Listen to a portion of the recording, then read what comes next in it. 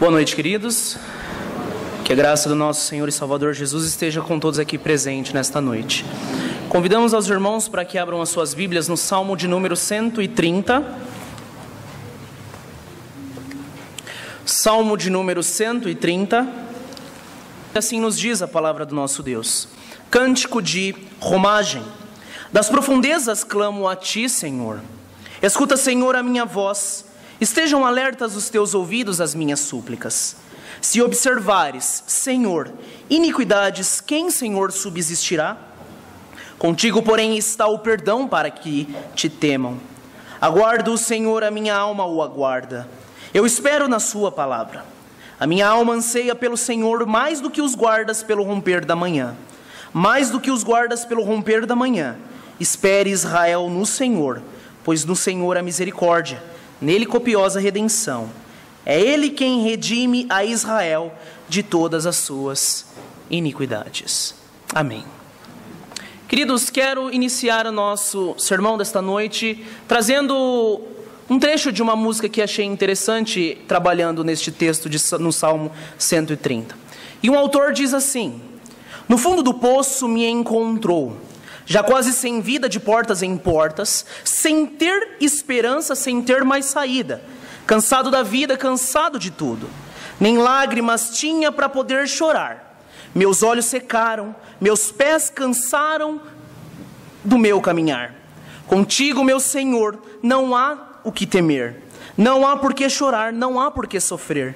És minha adoração, em ti encontro perdão, razão do meu viver, me deixa ser teu. Essas palavras, numa música encontrada, descreve basicamente o Salmo de número 130 que trabalharemos nesta noite. Um salmo de romagem, aqueles que estavam aqui de manhã, expliquei o que é o salmo de romagem, músicas para a nossa viagem, músicas de peregrinação, músicas que você canta em rumo à cidade celestial, uma Jerusalém celestial, onde aqueles que são escolhidos, juntos habitarão com o Pai. Os salmos de romagem, ou os salmos de ascensão, ou cânticos de romagem, eram cantados pela congregação em rumo a Jerusalém.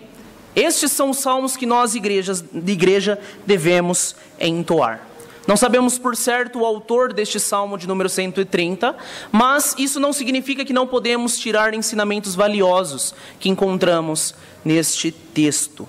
Por isso, em resumo, nesta noite o que veremos é que não importa quais são as nossas necessidades, ou o mais profundo abismo, quando clamarmos ao Senhor pela fé, Ele nos ouve e faz mudanças necessárias em nossa vida.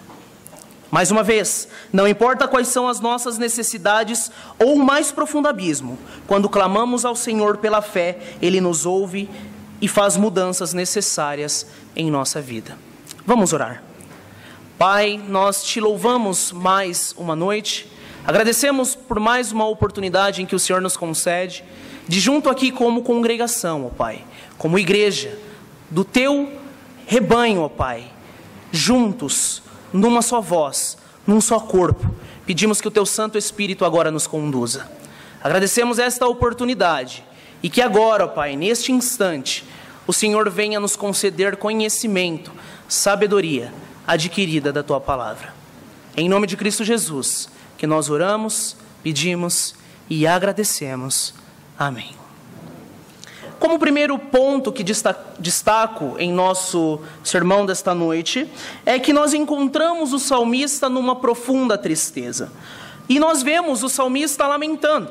O primeiro ponto que nós vemos é justamente esse salmista lamentando. Olhem o verso de número 1 e verso de número 2 comigo.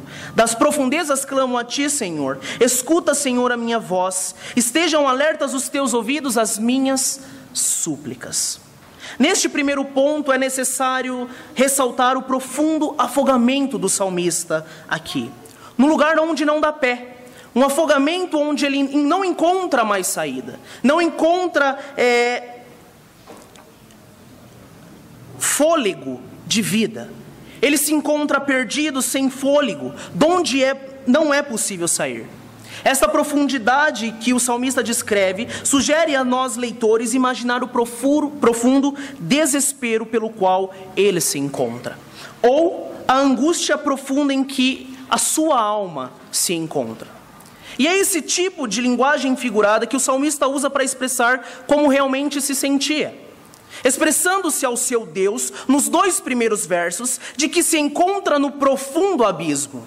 Um abismo que não dá pé, onde ele não consegue respirar. Abismo esse como se fosse o fundo do mar, engolfado, imerso, mergulhado em uma total calamidade caótica.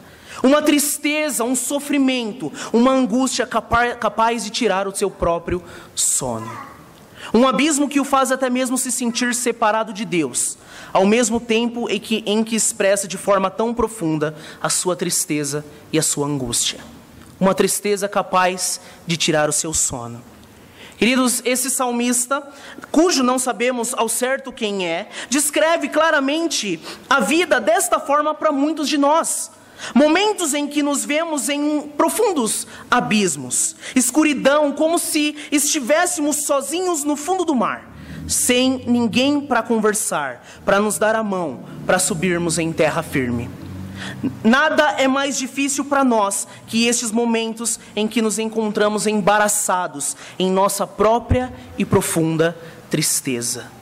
Própria e profunda tristeza que nos fazem sentir sozinhos. Na sequência nós vemos este salmista clamando a Deus para que o escute, que abra os seus ouvidos para este clamor que tem tirado o seu sono. E as expressões usadas aqui como sinônimo é: escuta, Senhor, a minha voz, estejam alertas os teus ouvidos. São explicitamente usadas para expressar seu imenso desejo de ser atendido. Esta profunda dor emocional tem o matado por dentro para expressar de forma tão intensa o clamor por Deus. Das profundezas clamo a ti, Senhor, escuta, por favor, a minha voz. Dor essa causada por sua condição pessoal, sua própria transgressão, culpa pelo seu próprio pecado que lhe corroía por dentro. Seu coração estava totalmente turbado, a sua consciência o levando para o mais profundo da escuridão. Ele tinha perdido a alegria da salvação e foi afundando mais e mais. É interessante como a Nova Tradução da Linguagem de hoje descreve isso: em um profundo desespero. Em um profundo desespero, porque era essa situação em que ele se encontrava. Mas note o que ele perdeu aqui: foi a alegria da salvação, e não a salvação. Por isso que nós vemos, ele ainda está chamando a Deus. Ele ainda sente total tristeza pelo seu pecado. Por isso nós vemos alguém aqui que mostra estar totalmente arrependido. E ele também quer o perdão de Deus. Ele pede o perdão ao seu Deus. Então é um crente. Alguém que conhece a este Deus. Alguém que sabe que ele existe. Alguém que sabe que ele é capaz de perdoar qualquer transgressão. Alguém que sabe que ele é poderoso, magnífico, o Deus Todo-Poderoso, Yahvé. Alguém que tem um relacionamento com Deus. Por isso tem sua consciência culpada, tem o seu coração inquieto, insegurança. A alegria espiritual foi embora e por isso se encontra em profunda perturbação. Mas nós vemos no verso de número 2, que a palavra traduzida aqui por súplica quer dizer clemência por graça. Clemência por graça. É isso que a palavra significa, evidenciando o relacionamento de servo com o seu Senhor. Porque ele entendia que este Senhor pode lhe conceder graça. Este Senhor pode trazer-lhe novamente alegria. Este Senhor pode conceder o perdão e resgatá-lo novamente para cima, tirando-o da sua angústia, tirando-o da sua tristeza. Mas o salmista entende que não pode exigir. Ele entende que não pode exigir absolutamente nada, mas somente pode clamar ao Senhor, a Yahvé, o Deus do pacto, o Deus da aliança. Por isso podemos tirar uma lição aqui já no começo. Ver que quando nós caímos em pecado, quando nós tropeçamos e caímos em total desespero, ou até mesmo sentindo que estamos em nossas próprias profundezas, no fundo do poço, nossa primeira reação é o quê? Nos escondermos. A nossa primeira reação é procurarmos nos afastar da presença deste Deus, seja por vergonha ou até medo. Mas este homem aqui nos mostra que ele clamou das profundezas. Ou seja, ele não deixou ser engolido por essas profundezas. Dali, ele conseguiu chamar e clamar ao Deus que ele conhecia. E é o que nós devemos fazer quando nos encontramos em profundo desespero. Nós temos que fazer o que este salmo nos ensina: clamar a Deus das nossas profundezas. E essa é uma experiência do verdadeiro crente. Quem é um crente verdadeiro já passou por uma situação dessa. Não é à toa que Lutero gostava deste salmo. Não é à toa que Calvino gostava deste salmo. Não é à toa que Agostinho, não é à toa que nós como igreja gostamos deste salmo. Porque este salmo reflete exatamente onde todos nós muitas vezes nos encontramos. Lá nas profundezas, sem fôlego, em nosso profundo desespero. Era ali que o salmista se encontrava.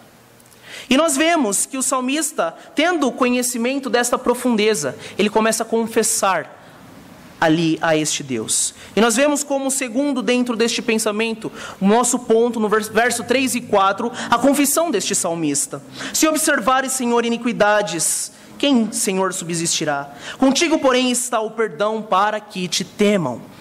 Nós vemos em seguida o salmista fazendo uma pergunta retórica. Pergunta esta que já obtém a sua resposta. O salmista, após dar sua declaração da sua profunda tristeza, se vê em um tribunal, onde o pecador não pode se erguer por causa da sua própria culpa. Quem colocou aquele salmista naquela situação foi ele mesmo. Ele mesmo se colocou naquela situação, mas a única maneira de sair desta profundeza é achegando-se novamente para junto de Yahvé, o Senhor da aliança. Achegando-se novamente a este Senhor, a quem ele já conhece, e tem um relacionamento. Somente nele pode buscar o perdão, que ele concede em sua graça, perdão que só é possível na obra de Cristo Jesus. Nós entendemos isso. Você só conseguirá perdão se você entender a obra de Cristo na cruz por você. O termo observares que encontramos no verso 3 é a tradução de um termo hebraico que significa exercer grande cuidado sobre algo. Ou podemos traduzi-lo também como tomar nota, manter um registro sobre alguém.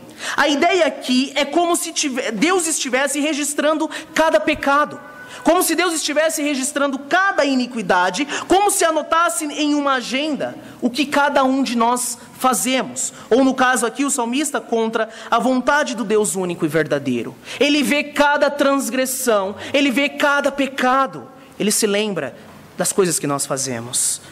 Com essa declaração, o salmista quer dizer que se Deus levar em conta os nossos pecados, ninguém, absolutamente ninguém, pode se colocar diante da sua presença. Os pecadores não podem se colocar diante do santo juiz, não podem pleitear a sua própria causa, mas este santo juiz, Deus Yahvé, está pronto a nos perdoar, e a fé no Salvador traz o perdão para a nossa alma. Por isso vemos que a súplica é a total declaração da sua dependência, desta dependência de Deus. Quando suplicamos a alguém, nos colocamos num estado de total dependência deste alguém, e não de merecimento, porque a súplica já revela que nós temos consciência de que nada, absolutamente nada, nós merecemos. Que nós não merecemos nem ser ouvidos, nem atendidos. E a súplica é o último recurso do desespero. Você já suplicou na sua alegria? Você já suplicou quando tudo estava bem? Não. Só nos momentos de tristeza, de angústia. No último caso, você diz: oh meu Deus, eu preciso do Senhor. Essa é a advertência aqui. não tendo mais como renunciar, ou exigir, ou mandar nada, só lhe resta suplicar. E é isso que ele faz. Das profundezas ele suplica, como Jonas das profundezas do mar suplicou, como Daniel na cova dos leões suplicou, como Jeremias quando foi lançado no fundo do poço, suplicou ao seu Deus. De lá das profundezas eles suplicaram a Deus. Mas como já dito, o salmista tem a total consciência da sua incapacidade de se achegar-se a Deus sozinho. Este é o sentido do termo que é traduzido por subsistirá. A questão é, quem poderá se colocar de pé diante do Senhor se Ele vai levar em conta os nossos pecados? Ninguém. Quem poderá dizer, Senhor, olha para mim, se Ele levar em conta os nossos pecados? Ninguém. Lembrem-se, Ele anota, Ele sabe de cada uma das nossas transgressões. E ao fazer isso, Ele faz sua confissão. Ele diz que está no meio desse povo. Ele também é pecador, ele reconhece a sua condição. A ideia é que o salmista entende a sua condição e parece mostrar que não pode clamar a Deus com base em sua própria justiça. Ele não pode fazer isso, porém na sequência manifesta sua convicção de que Deus, somente o seu Deus, pode perdoar os pecados. Ele entende que ninguém, nem ele mesmo, pode vir ao seu favor, a não ser Deus e Yahvé. O perdão é uma bênção a ser considerada com total sinceridade e seriedade também, pois custou a Deus o seu próprio Filho. De modo que devemos amar e respeitar a Deus sobre todas as coisas. Se levarmos a sério a culpa dos pecados que está em nossa vida a todo instante, também levaremos a sério a graça do perdão. A salvação é a maior prova de amor que temos, pela qual foi pago um alto preço na cruz. A vida do próprio Deus, o seu sangue derramado em favor de nós. O perdão dos nossos pecados traz honra a Deus. Quando Deus nos perdoa os pecados, produz em nós sentimento de gratidão, temor. Temor este que é não medo, mas respeito por este Deus, para com este Senhor, e isso honra ao Senhor Deus. Mas aí você pensa, tá, se Deus nos concede perdão, então posso continuar caindo e pedindo perdão que serei perdoado.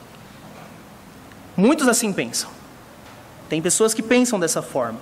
Como uma criança que desobedece, mas sabe que nada vai acontecer a ela. O papai não vai cair em cima, a mamãe não vai cair em cima. Então essa criança se sente encorajada de continuar fazendo aquilo, já que não tem consequência. Mas essa ideia de perdão muitas vezes nos deixa mal acostumados. E tem pessoas achando que podem fazer sim, porque serão perdoados. Aí pensam, eu peço perdão depois, porque eu sei que o perdão de Deus, Ele vai me conceder. Mas não. Olhem o que o salmista diz. No verso 4. Contigo, porém, está o perdão. Para que te temam. Para que te temam. Quem verdadeiramente é perdoado por Deus, teme a Deus. Ele vai respeitar a Deus e não vai querer pecar mais. O perdão verdadeiro tem esse efeito, de que nós queremos nos ver livres do pecado e das suas consequências. Nós vamos temer a Deus e não abusar do perdão de Deus. Esse é o sentido do verdadeiro cristão. Essa é a consciência de quem realmente recebe o perdão de Deus. Bom, queridos, neste primeiro ponto nós vimos que o salmista se encontra nessa profunda tristeza. Ele estava no fundo do poço, e de lá ele clama ao seu Senhor. Ele confessa que ele está ali por conta das suas transgressões. Mas agora nós vemos a história levando para cima. O salmista sai das profundezas, e este é o segundo pensamento que nós tiramos através do Salmo de número 130. Certa vez eu escutei uma ilustração que dizia que um pastor numa determinada região do Nordeste, pegou a igreja, né, a congregação de onde ele era pastor, e ele falou, ali estava numa região de seca, estava bem seco ali a região, e ele pediu no domingo para que os irmãos na quarta-feira viessem todos, para que fizessem uma oração pedindo chuva para Deus. Pedindo para que Deus acabasse com aquela seca, pedindo para que Deus viesse ao favor deles, em oração. Vamos orar, vamos fazer uma vigília, uma reunião de oração, onde todos clamaremos por chuva. E assim foi feito, as pessoas, né, os irmãos foram na quarta-feira todos para a igreja, porém só tinha uma menina com um guarda-chuva. Essa ilustração representa muitas vezes a nossa oração. Quantas vezes pedimos coisas sem a certeza de que Deus nos concederá? Quantas vezes não levamos o nosso guarda-chuva? E é isso que nós encontramos aqui, que o salmista dá e nos ensina. O salmista espera no Senhor. Olhem o verso 5 e 6. Aguardo o Senhor, a minha alma o aguarda, eu espero na sua palavra. A minha alma anseia pelo Senhor, mais do que os guardas pelo romper da manhã. Mais do que os guardas pelo romper da manhã. Olhem o estado de espera em que o salmista se encontra. É deslocado do tribunal, de onde recebeu seu perdão, para os muros da cidade agora. Onde os vigias encontram-se alertas, perscrutando a escuridão, a fim de detectar a aproximação de qualquer perigo. Essa era a função do vigia ali. Não podem fazer nada para obrigar o sol a nascer mais cedo. Apenas esperam. Só podem esperar. O aguardo, a espera é o seu objetivo agora. Por 2 vezes o salmista declara e espera, a espera no Senhor. Ele diz que a sua alma o aguarda. E essa declaração é para expressar o todo do ser humano. A sua alma significa todo o seu ser, não apenas com a sua fé, mas espera no Senhor com a fé, amor e total esperança e dedicação, com todo o seu coração numa espera sincera. Ele espera o aguardo, ele espera a resposta do seu Senhor. A ideia aqui que é demonstrada através de uma linda confissão de fé. Não é apenas uma espera, mas ele declara sua fé através da espera do seu Senhor. Enquanto se encontrava no mais profundo abismo, clamando por perdão, seu grito, na verdade, era um grito de fé. Seu grito, na verdade, era um grito de fé ao seu Deus Todo-Poderoso. Ele tinha plena convicção que Deus iria ao seu favor, mas não sabia exatamente quando. Por isso, esperava em sua palavra, como diz o verso 5 na parte B do verso. Ou seja, ele sabia que Deus, o Deus da aliança, não falharia com ele de jeito algum. Ele sabia e entendia que o Deus verdadeiro cumpriria com a sua palavra, que aqueles que verdadeiramente se arrependem de forma íntegra e sincera, são respondidos por este grande, poderoso e fiel Deus. Algo importante a se considerar também é que o salmista parece esperar mais do que o perdão de Deus, pois pelo perdão não é necessário esperar, já foi concedido. É possível que o seu pecado, a sua culpa, tenha lhe trazido consequências sobre a sua vida. É possível que o seu pecado tenha lhe trazido dificuldades temporais. Ele sai das profundezas, perdoado por Deus, mas esperando a remoção dos efeitos temporais que o seu próprio pecado lhe trouxe. Consequências do seu pecado, da sua transgressão. Olhem a figura que ele usa no verso 6, acrescentando a descrição de como esperava. A figura é representada num vigia, que passa a noite acordado, vigiando uma instalação que lhe foi confiada, estando escuro, e na escuridão pode surgir perigos e ameaças. E o que o vigia mais anseia durante aquelas longas noites de espera? Que nasça o sol no horizonte. É isso que o vigia espera. A minha alma anseia, espera no Senhor mais que o vigia pelo nascer do dia. Essa é a figura que ele usa para mostrar a ansiedade em que sua alma aguarda a resposta de Deus. Mas essa declaração não mostra apenas a ansiedade da espera, mas também a certeza de que este momento chegaria. O vigia, ele aguarda pelo nascer do sol, mas ele aguarda porque ele sabe que o sol vai nascer.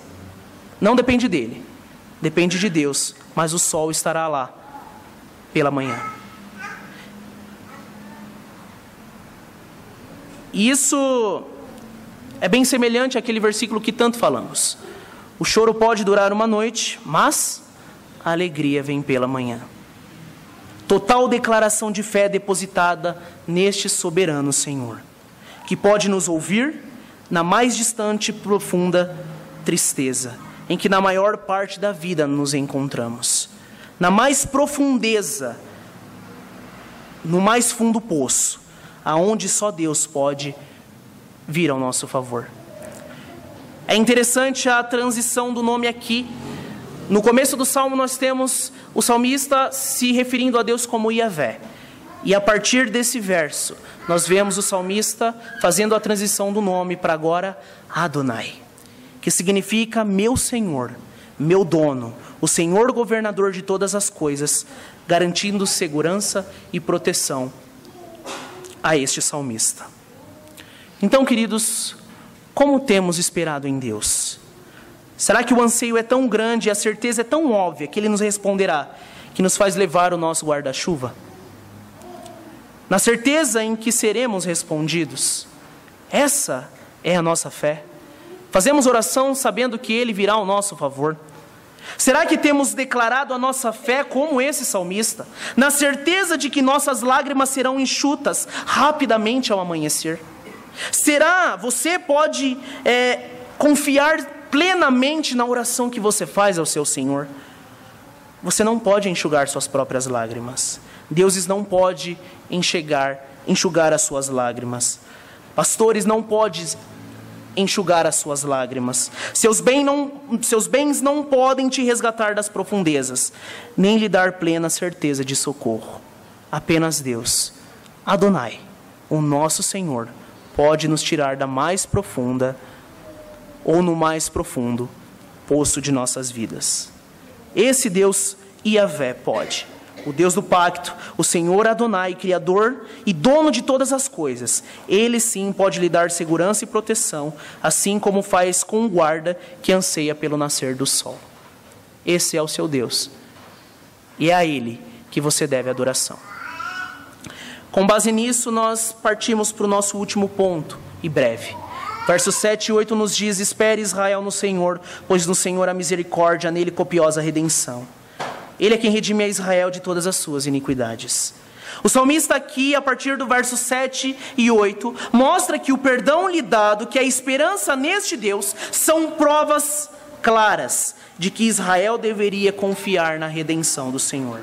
Confiado então nestas palavras, ele se volta aos seus amigos, com base em sua experiência. Ele se dirige a Israel e os exorta a buscar ao Senhor, pois somente nele é possível achar misericórdia e copiosa redenção. Este é o argumento apresentado a Israel para que esperassem no Senhor. E ele apresenta 3 razões para isso. Esperem em Deus, porque só nele há misericórdia. Vocês já ouviram aquela frase, só Deus pode me julgar? Se você já disse isso, nunca mais diga isso.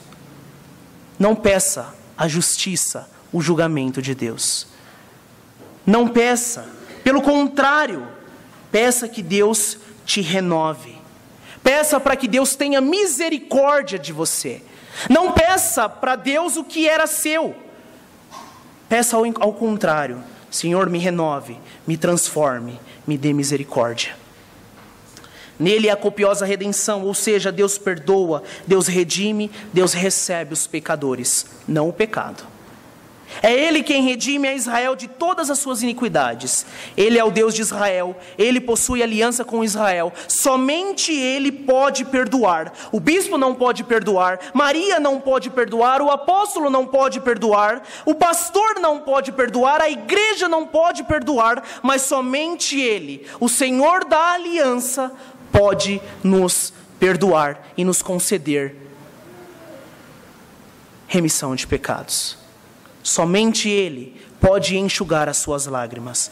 Deus já havia perdoado Israel no passado, mas continuaria a fazê-lo mediante ao temor, não medo, mas respeito em sua aliança.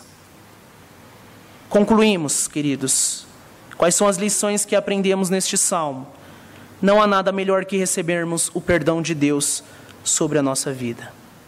Pode nos faltar o pão de cada dia, a saúde, amigos, tudo. Mas o perdão de Deus é condição essencial para podermos ter vida. Já perceberam que é quando falta o pão, que é quando não temos saúde, amigos, quando não temos tudo, que é somente neste momento que clamamos ao Senhor? Parece que é só no último caso a suplicar a este Deus. Nos atentemos a isso.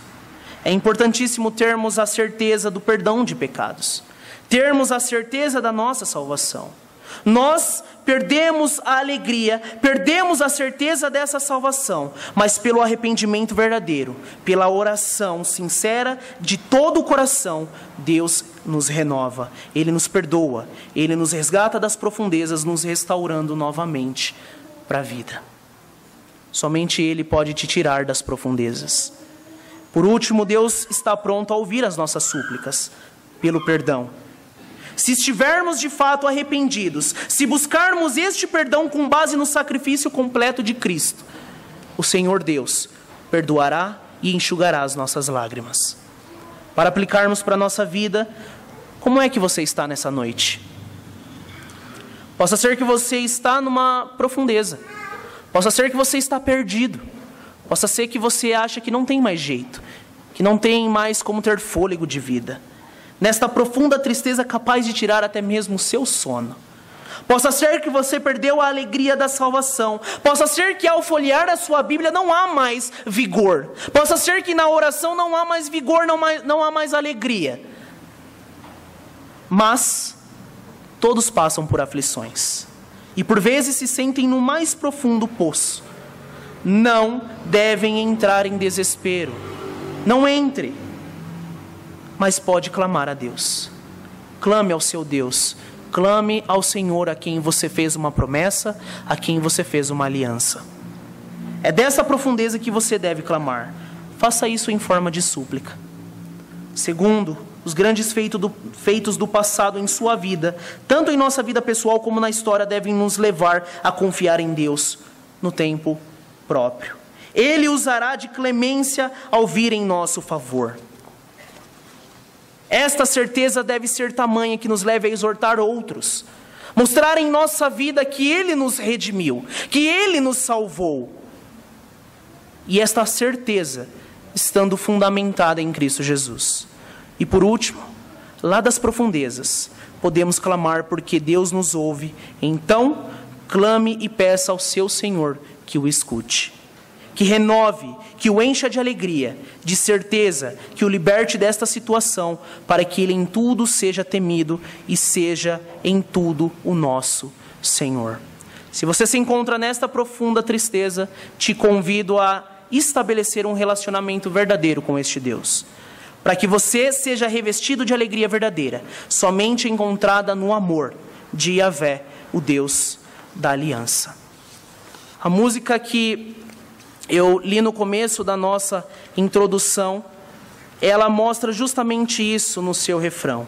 Contigo, meu Senhor, não há por que temer, não há por que chorar, não há por que sofrer. És minha adoração, em ti encontro o perdão, razão do meu viver.